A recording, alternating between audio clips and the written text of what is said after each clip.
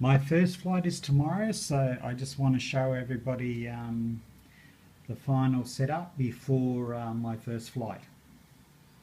Okay, I've got a Radiolink AT9 and I really love this transmitter. It has a color screen and you can even see it um, even during the day. It's a really excellent screen. There are software updates for this one regularly, but I like it the way it is, so I'm not going to bother updating it. Okay, let's start with the transmitter. What have I got?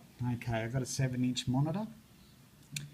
All the telemetry has been transmitted by the iOS or on-screen display Mini by DJI, which is really simple to plug in. Every now and then it goes out and then comes back. This is because I'm in an apartment and I think it's picking up a lot of interference. There's a lot of internet signals and all that around the place. I'm right near the internet box, so it probably keeps knocking it out. Okay, so let's have a look at the back. This is where all the gear and the hardware is. Okay, I've got a RC832 transmitter and receiver. This is the receiver, and the transmitter's on the quad. You can just see it there with the little red antenna coming out. It doesn't feel that warm, but this is the heatsink side and that's the screen side, and it's easily just pulled off, and I can show you. I'm on channel 38. I really like the fact that it's got a little screen on it, so you can visually see it's on channel 8. That's one of the reasons why I bought it.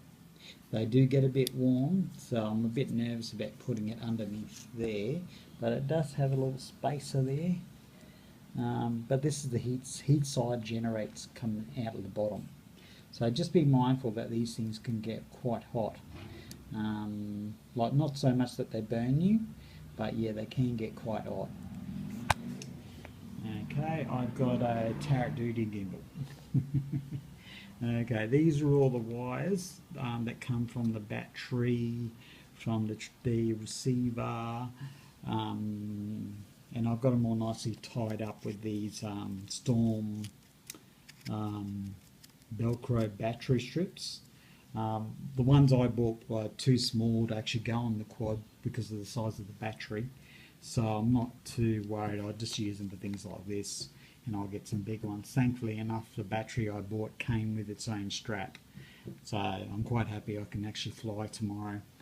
Okay, and that's the transmitter. I'm using a 1000 mAh battery, which the guy told me on the web that these last generally about an hour, so I've got two, so that should be no problems.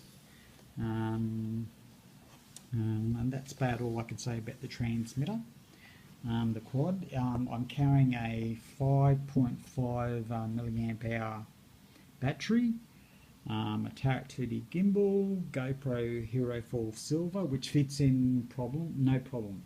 GoPro are pretty good. They keep everything pretty much the same size. So the Tarrant 2D gimbal is actually specified for a GoPro Hero 3 Plus, but the 4 Silver and the 4K Black edition will fit in it as well. And there's proof, it fits in perfectly. They're pretty much the same weight, so balance is fine as well. Okay. The cord that goes to the transmitter on the quad, you have to make these yourself, or you can buy like a basic model depending on your transmitter. Some of these transmitters have funny dicky plugs, so I bought this cord off Banggood. They had one that was built for this this transmitter.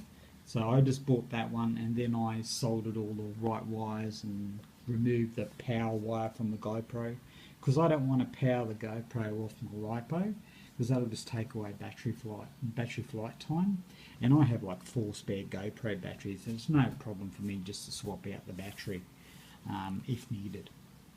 And speaking of the GoPro, just remember that if you're going to use the GoPro and you have telemetry, you need to switch off all the on-screen display and the sleep timer, You don't want the GoPro turning itself off in mid-flight. Okay, set up in here, that's the transmitter for the controller. Now to power all this stuff like that, I'm powering it from a 3-way plug from the balance wire of the battery. I don't want all these huge wires coming out of the battery and taking up weight. Okay, I've got an actual PM telemetry transmitter. I haven't plugged it in yet because I've run out of balance plugs, because you need a balance plug, and I ordered another 2-way plug so I could keep that on.